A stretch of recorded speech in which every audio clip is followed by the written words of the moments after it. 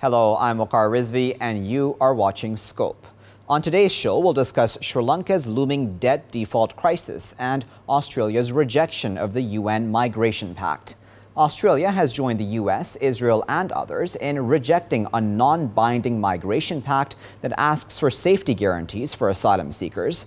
The pact has also made a clear clause on managing borders in an integrated, secure and coordinated manner. Why then have countries that regularly propagate their supposed human rights credentials signed on? Also, Sri Lanka's political crisis is endangering its ability to pay back its debts. The opposition is warning the country stands on the precipice of a debt default. This is at a time when the nation's credit rating has been downgraded, ensuring it will now have to pay back its debt at a higher interest rate. Will officials be able to steer the country out of this crisis while protecting its economy? Let's begin with Australia. Our guests joining us to discuss that further are Mr. Ahmer Bilal Soofi, who is an international law expert, and we're also joined by Professor Shameen Akhtar, who is a former chairman, Department of International Relations at the University of Karachi. Gentlemen, thank you both for joining us. Mr. Soofi, I'll start with you. We have Australia, Mr. Soofi, as well as the US and Israel, as well as Hungary and Austria and other countries not signing on to this migration pact. What do you make of that? The compact is a result of a serious work by the UN, and it is inherently non-binding in one sense, but at the same time it reflects the customary practice of various states, which is reflected and collected in this compact. And the idea of the compact is to kind of give a steady standing manual for the states who are facing the challenges of migration, where people arrive at to migrate, where people think they need to be migrated. Now, there are a lot of reasons for this migration framework, but one reason is that it is also associated with with human trafficking, which raises legal issues apart from dignified repatriation, relating to offences, relating to trial. So the compact is providing a guiding note to all these detailed aspects. So it is a quite surprise that Australia has also chosen to steer away from it, although it is in the nature of an international manual which doesn't really create an obligation, but says once you politically decide to accept a migrant, that is the way you need to treat it. So the political will and the political sovereignty of a state is intact. Despite that, Australia's declining is not a good development. The issues of terrorism in today's world are a very real threat to all of the above. So then why would this be an issue then, that they would not sign on to this migration pact? They would argue, as Australia has, that we need to be careful about our own security. No, I think we need to be very clear that there is a distinction between the security concerns versus the rights of those who arrive there. Now, if you mistreat them, you are violating a different set of rights. They may be suspect terrorists, but you need to first investigate that and find out in more detail that anyone who is suspected to be a terrorist has a different way of operation. They have a historic baggage with it. They can be tracked down in the records. And there is a way to quarantine them initially and make an assessment if any one of them has a criminal history or a history relating to any non-state actor. And once that evaluation is done, then the humane treatment has to be accorded to them.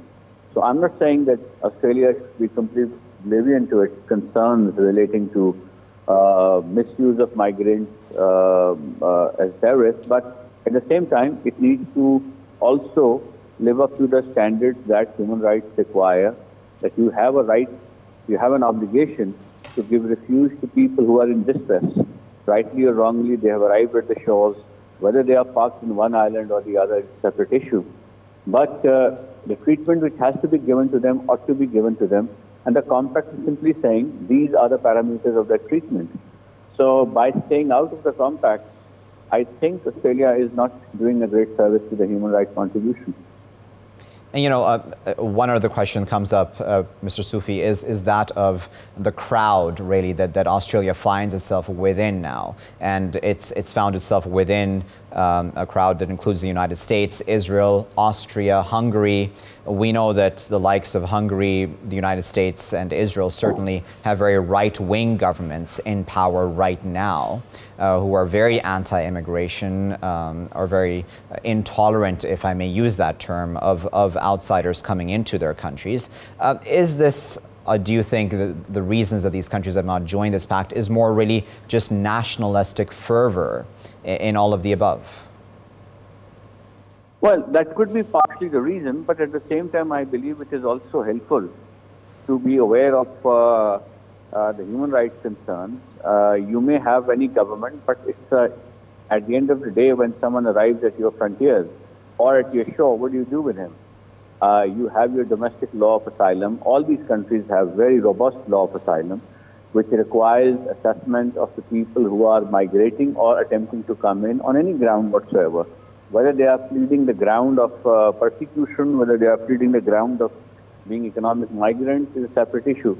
But then you need to treat them in a certain fashion. Professor Akhtar, do you think, though, in the overall issue, when it comes to this issue of interventions, that the West should have foreseen, at least, that there would be people who would be seeking asylum, whether we can debate, of course, as we would have a disagreement on about the root causes of where those asylum seekers, the root causes of why they are leaving their countries. But the West certainly should have foreseen this, because we have in history, don't we, Professor, where the Middle East and other countries have taken in Westerners and Europeans when they were escaping war and persecution in their own countries. So why not the other way around?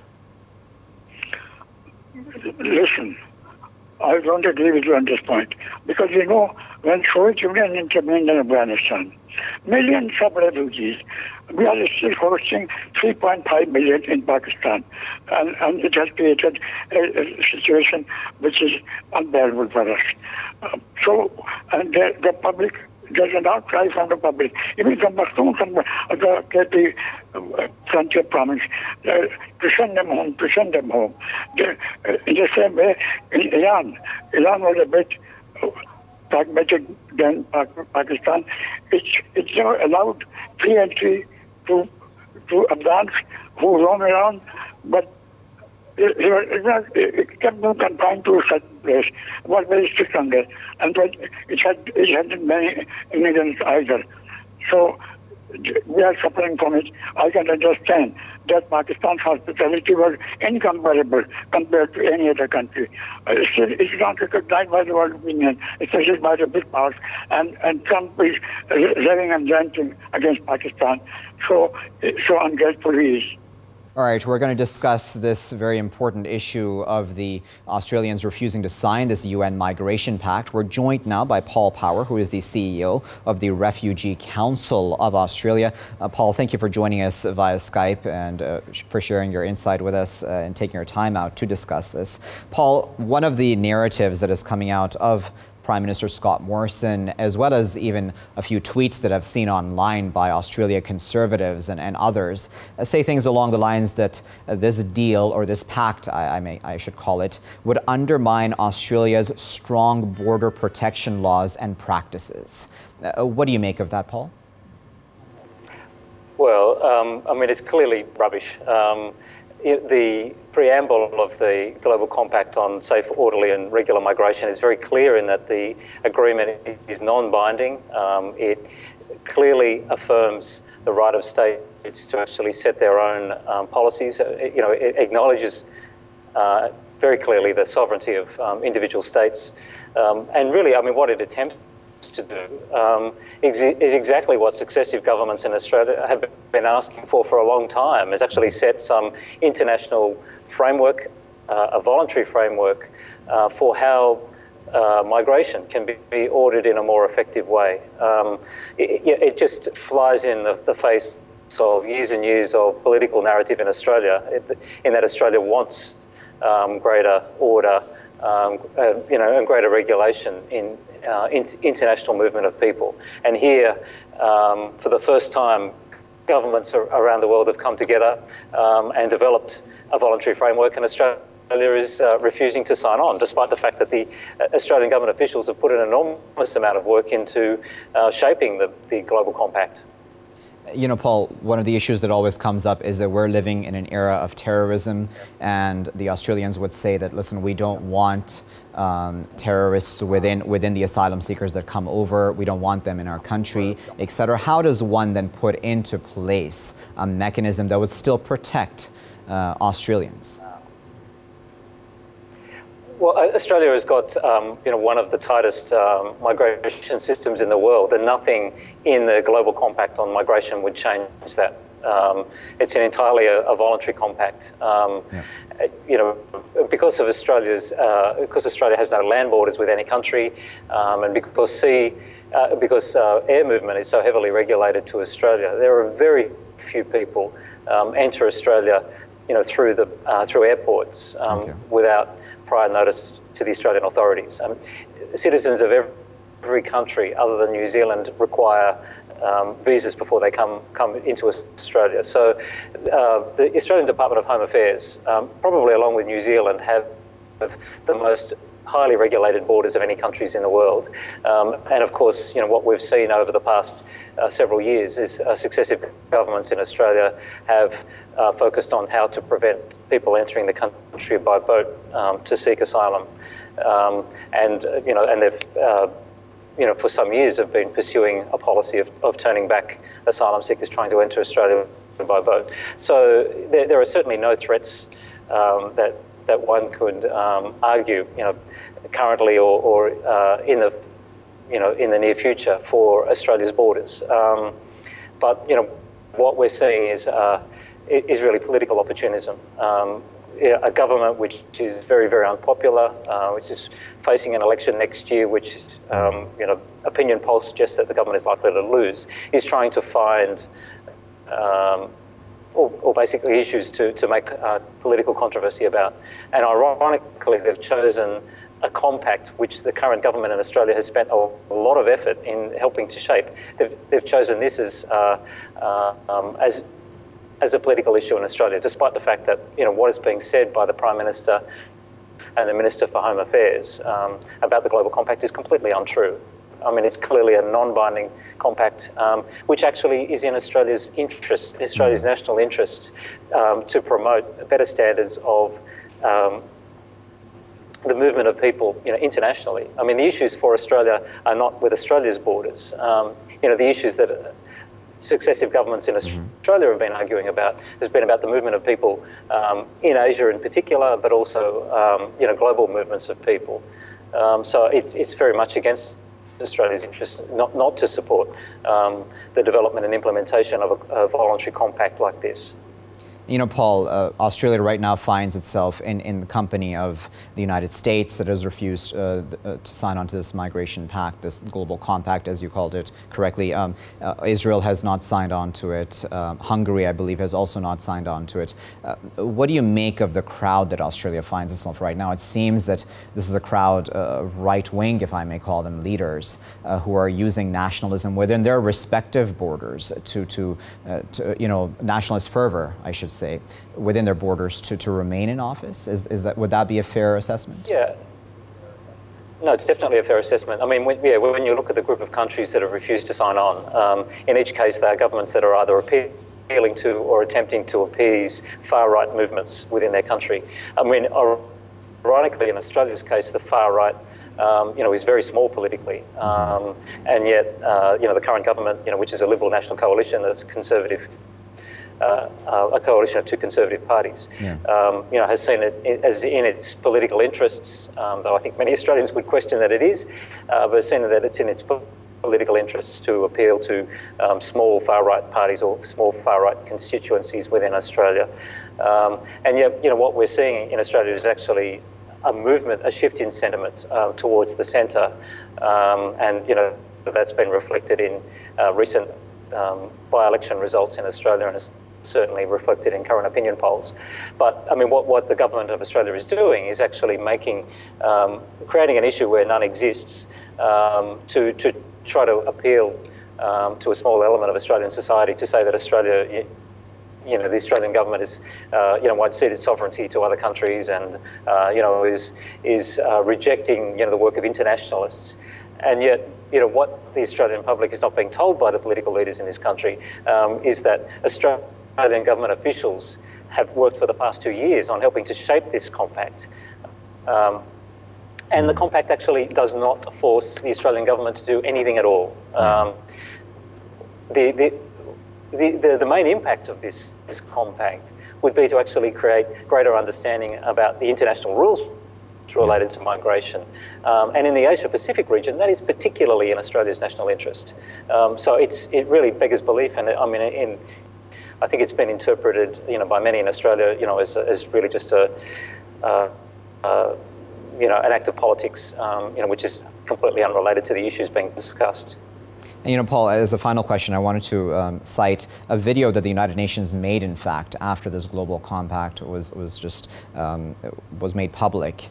The final draft, that is. And in that video, it's very interesting, where the United Nations talks about the fact that migrants, even those who cross over the seas escaping persecution and abuse of all sorts in their home countries, actually add a lot of value to the societies that they go into. Economic value, of course, and otherwise as well, we can talk about. Just tell us, in the context of Australia, because obviously the far right and others would talk about issues of assimilation.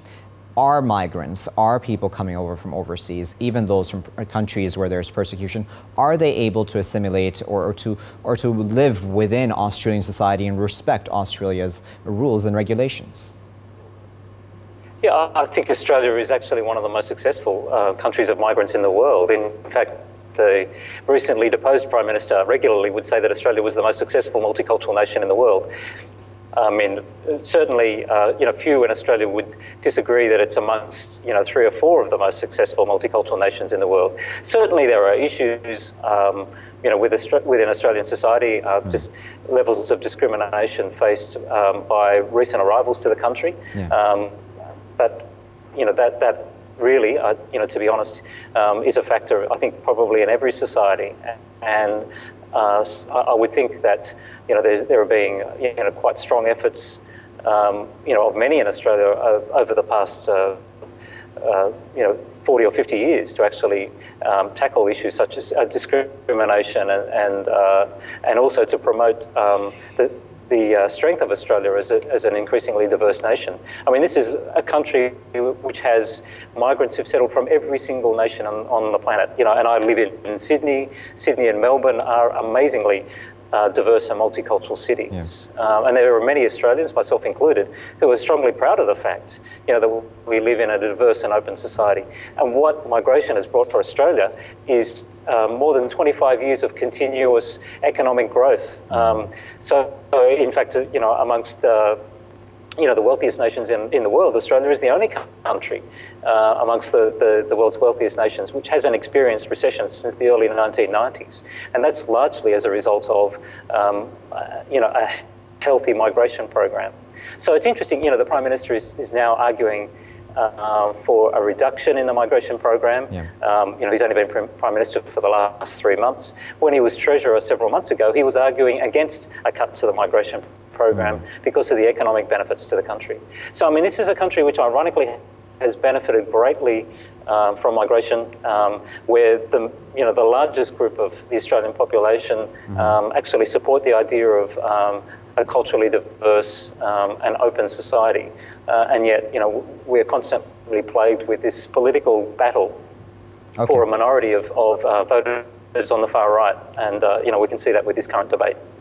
All right, Paul, we'll leave it there at that. But of course, we do appreciate you taking your time out to speak to us in the scope as we were discussing. This is a very important issue. We also had Mr. Ahmer Bilal Soofi, who's an international law expert, who was joining us and giving his insight as well. We appreciate both gentlemen's insight. And as Paul there was mentioning, specifically in the context of Australia, that migrants and refugees and immigrants do add a lot of value and have added a lot of value to Australian society, ensuring the economic growth of the country over the past decades. Of course, on the other side, we know that there are people who have concerns about assimilation, terrorism, etc. These are one of those issues that possibly the government, as Paul said, possibly has been using in order to gain more political power, more political support, I should say, within Australia, as we see possibly with the United States, with Israel, with Hungary as well, and their decision to not sign on to this global compact for migration. Will remain a keen eye on this issue, but do stay tuned to Scope. I'll be right back.